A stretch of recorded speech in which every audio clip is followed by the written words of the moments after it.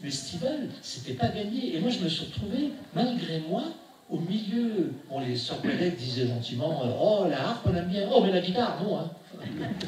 Donc, j'étais un peu porteur de ce renouveau qu'Alan a instauré, et seulement lui. Moi, je n'étais que l'invité, j'aurais jamais imaginé et osé et su faire une chose pareille. Donc, je me suis retrouvé entre deux feux. Et effectivement, c'est bien d'en parler. C'est tout ce que j'ai appris de ce que je savais avant de jouer avec Alan, tout ce que j'ai appris aux côtés d'Alan et qui m'ont amené vers Graal. Et effectivement, peut-être quand Graal dit qu'il aime bien Bob Dylan, ben, je suis très heureux de lui avoir mis une musique qui, quelque part, est peut-être assimilée un peu à ce cheminement, enfin modestement évidemment, que Bob Dylan a pu faire. Hein. Parce que dans la continuité, il y a aussi, vous avez associé la cornemuse de Patrick, le High Pipes. Ça aussi, c'était assez novateur à l'époque quand même. Bah, il paraît qu'on était un peu novateur. Et en tout cas, le public, moi, les gens qui étaient avec moi, il y a eu beaucoup de gens qui ne connaissaient pas trop la Bretagne, ils étaient enchantés quand ils ont entendu votre spectacle. Non, c'est vrai, c'est important, quoi. Je trouve que vous êtes très sévère avec vous-même. Et... Non, je ne suis pas très sévère, mais j'étais pas... J'étais pas à ma place, j'étais orphelin la langue. Est-ce qu'on pouvait être à sa place en défendant...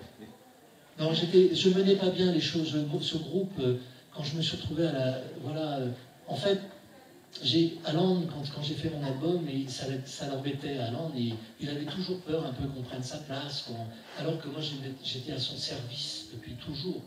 Et je ne demandais rien d'autre.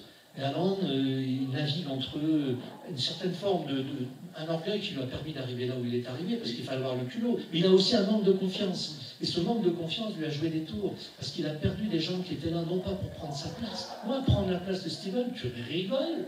J'étais vachement bien guitariste. Comme Sting, il a son guitariste depuis des années. Moi, je trouve ça super. J'aurais fait mes petits trucs. Mais quand j'ai sorti mon album, ça ne plaisait pas à Alan. Et j'ai senti qu'il fallait que je m'en aille. Mais il avait quand même été entouré de personnalités musicales.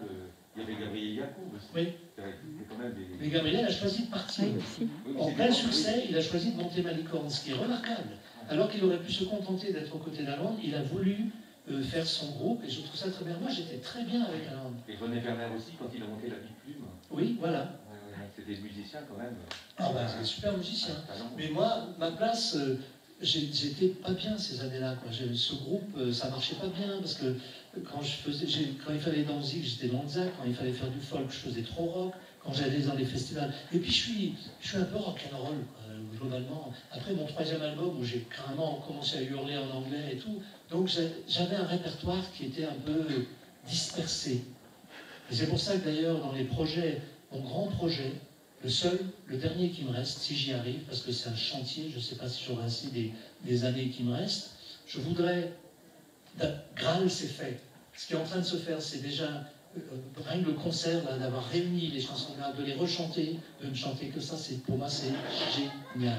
C'est un vrai soulagement. Mais j'aimerais bien aussi, tous ces morceaux que j'ai faits à une certaine époque, qui ont été disséminés dans des albums trop variés, peut-être, comme les textes de Graal qui étaient mélangés avec des instrumentaux, c'était peut-être bien, mais c'était pas forcément une bonne idée. J'aimerais bien maintenant réhabiliter certains morceaux, comme The Earth's Lament, ou des morceaux comme ça, les jouer avec un orchestre symphonique, faire des choses comme ça. J'espère pouvoir réhabiliter.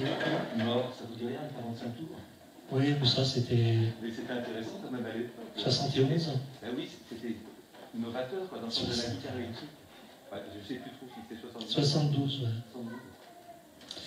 Voilà, donc je ne suis pas dur avec moi, je suis vraiment réaliste. Je pense que ces années ont été très dures, les 3 années après aller dire à la ville, jusqu'à ce que j'abandonne l'idée d'avoir un groupe, parce que ça ne marchait pas.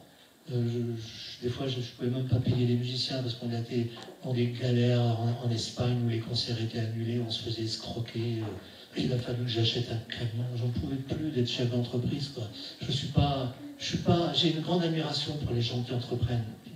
Si je n'avais pas eu autour de moi les gens que j'ai eus à certains moments, jamais je ne serais pas là aujourd'hui.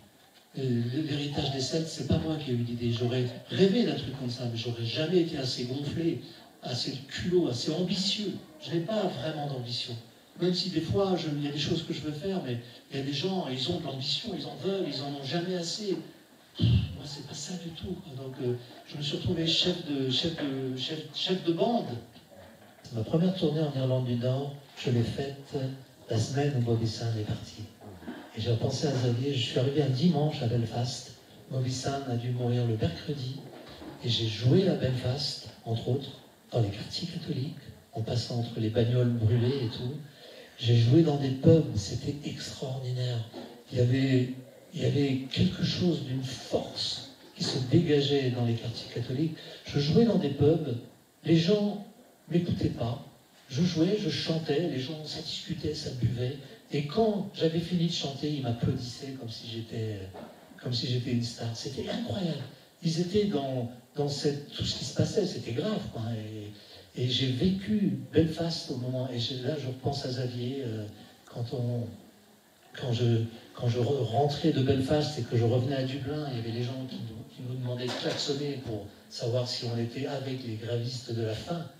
Et ça, c'était ce côté colère grave. Quand j'étais là-bas, j'avais la rage aussi. Je me disais, merde, comme les Irlandais, ce qu'on leur a fait, quoi. C'est terrifiant, c'est terrible, quoi. Et donc j'avais la rage et j'avais les mots de Graal, je chantais les démons et tout ça, j'étais vraiment habité. Et l'aube les trouve ainsi dans leur fêlure mentale affamée, et la soif des gnôles reprend leur esprit solitaire. Et c'est en titubant qu'ils prennent les chemins du néant, face à la haine des pierres, au cynisme des ifs, aux démons nos semblables, nos frères. Nos frères.